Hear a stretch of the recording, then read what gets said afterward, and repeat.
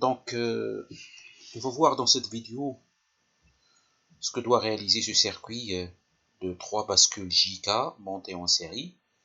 Donc, on doit démontrer que cette configuration de circuit réalise un compteur modulo 8, c'est-à-dire il doit compter de 0 jusqu'à 7. Il doit compter 8 nombres différents. Alors pour cela, ce sont 3 bascules JK montées en série et les entrées de toutes les bascules sont à 1, logique. Les GI égale KI est égal à 1 pour les 3 bascules. Comme ça, les 3 bascules fonctionnent en régime de commutation, c'est-à-dire chaque fois Q prend la valeur de Q bar. Et une horloge H active pour des francs descendants, et la sortie justement de chaque bascule représente l'entrée de la bascule suivante. Voilà la sortie par exemple QB de cette bascule. Cette bascule B représente l'horloge de la bascule C. Également la sortie de la bascule A, qui est QA, représente l'horloge de la bascule B. Et ça d'ailleurs c'est une bascule JK montée en diviseur de fréquence qu'on avait vu dans du circuit précédent, diviseur de fréquence par 2. Et donc, si l'on veut tracer les chronogrammes relatifs à toutes les sorties, donc QA a débuté par 0 initialement, donc au franc descendant de H, QA va passer à Q bar, donc il va passer à 1, voilà, et ça pour chaque franc descendant. Alors à ce franc descendant, QA et 1, il va passer à 0, c'est la commutation, et voilà, et ceci pour chaque franc descendant.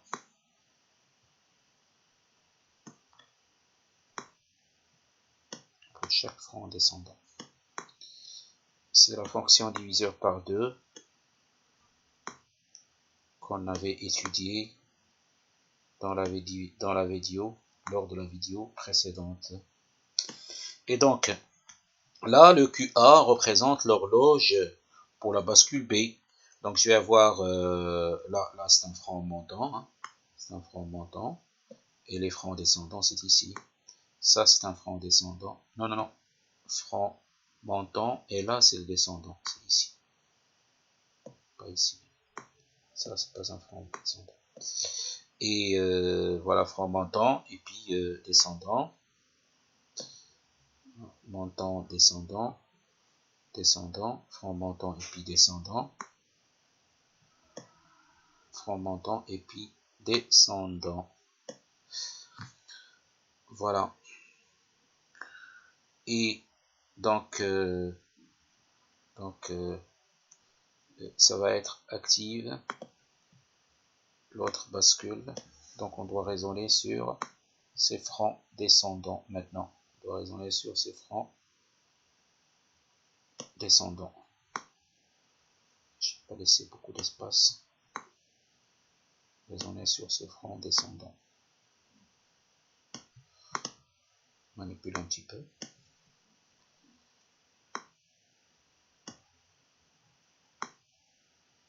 Je mets ça ici. Bon. Ce que je dois... C'est pas grave.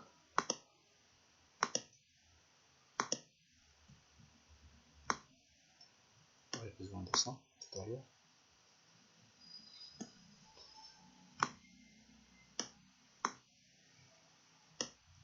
Voilà. Et donc, je fais la même chose pour QB et pour QC.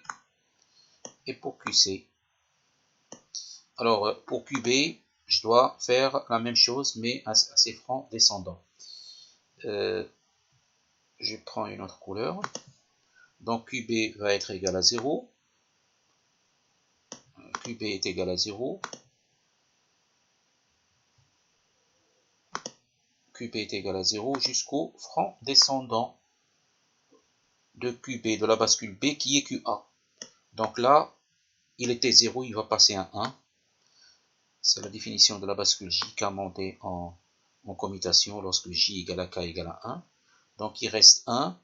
À ce franc-là, bien sûr, il était 1, il doit commuter à 0. Il doit commuter à 0. Voilà. Et puis, diviseur de fréquence. Diviseur de fréquence. Bien sûr, QB, c'est la division de fréquence de QA. Et la même chose pour le QC. Alors là, le franc descendant. Alors QB, il va représenter l'horloge de QC, de la bascule C.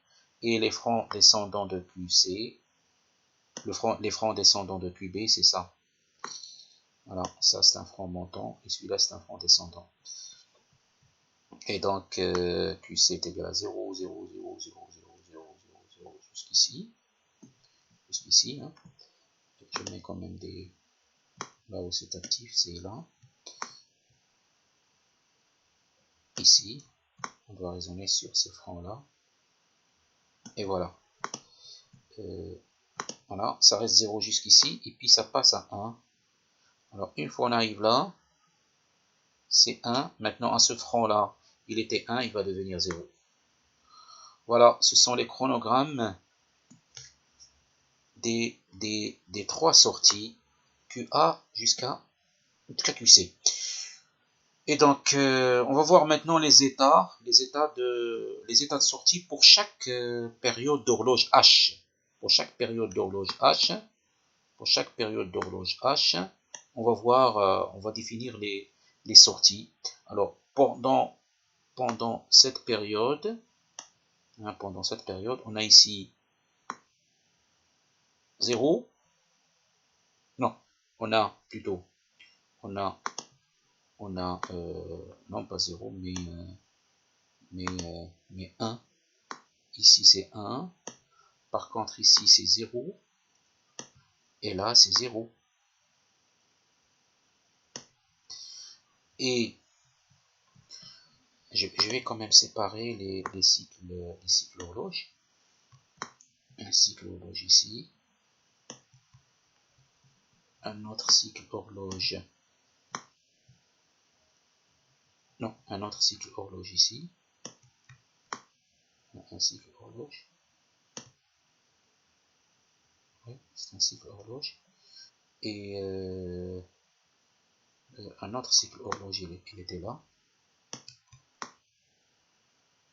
On va définir chaque sortie pendant chaque cycle, les sorties pendant chaque cycle horloge. Voilà, un autre cycle horloge là, un autre cycle horloge ici, et un dernier cycle horloge.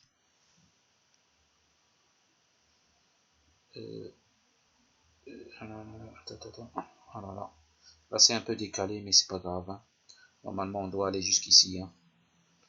Mais c'est pas grave, on doit aller jusqu'ici. Hein. Ça doit aller jusqu'ici. Ça doit être 1. Être 1 jusqu'ici. Hein. Donc, bon, je vais le remédier, le corriger. Hein. Non, corriger de cette manière. Jusqu'ici. Et j'efface ça.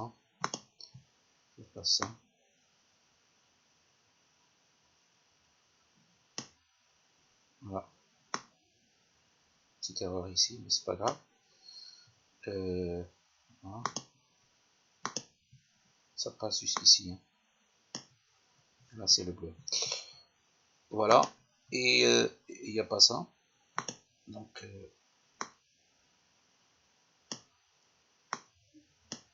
et voilà le dernier cycle d'horloge, c'est ici.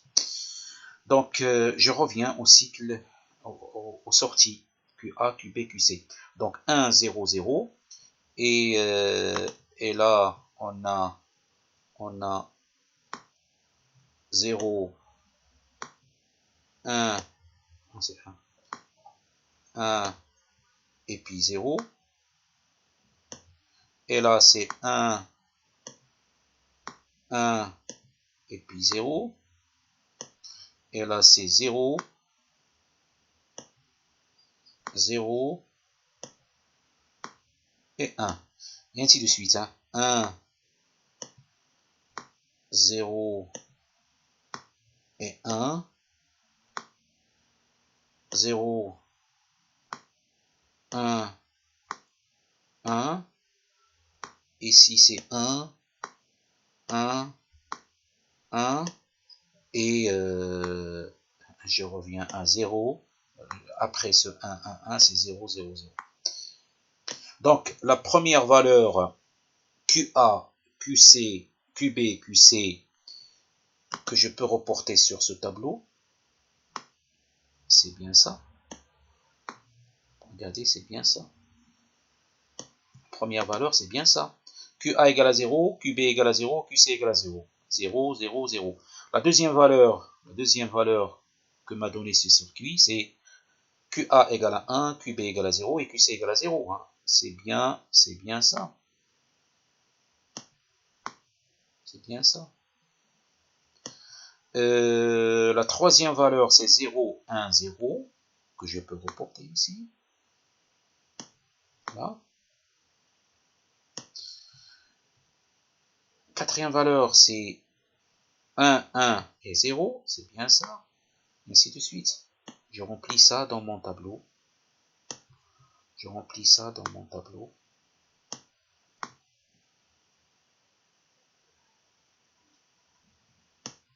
Je remplis ça dans mon tableau. Et je peux prendre les 4 en même temps. Voilà, pour gagner du temps. Voilà. Voilà.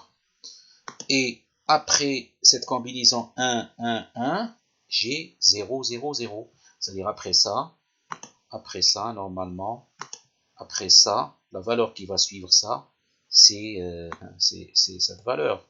C'est cette valeur 0, 0. Et ensuite je répète. Je répète, c'est pourquoi on l'appelle, c'est pourquoi d'ailleurs on l'appelle compteur modulo asynchrone modulo 8. Modulo 8, justement, c'est un compteur asynchrone modulo 8. Modulo 8. Pourquoi? Parce qu'il compte 8 valeurs différentes de 0 jusqu'à 7. Et ensuite, il recompte de 0 jusqu'à 7 et ainsi de suite.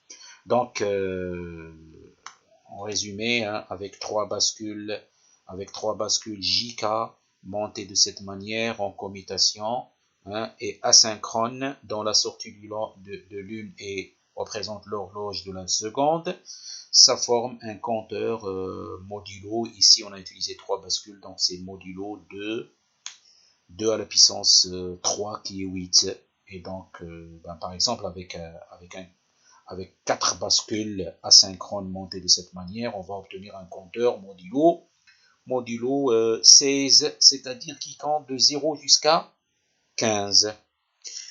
Ben voilà, pour le compteur modulo 8, asynchrone, monté, asynchrone parce qu'ils ne sont pas montés sur une même horloge, hein, ils ne fonctionnent pas sur une même horloge. Ils comptent de 0 jusqu'à 7, modulo 8. Voilà, je vous remercie.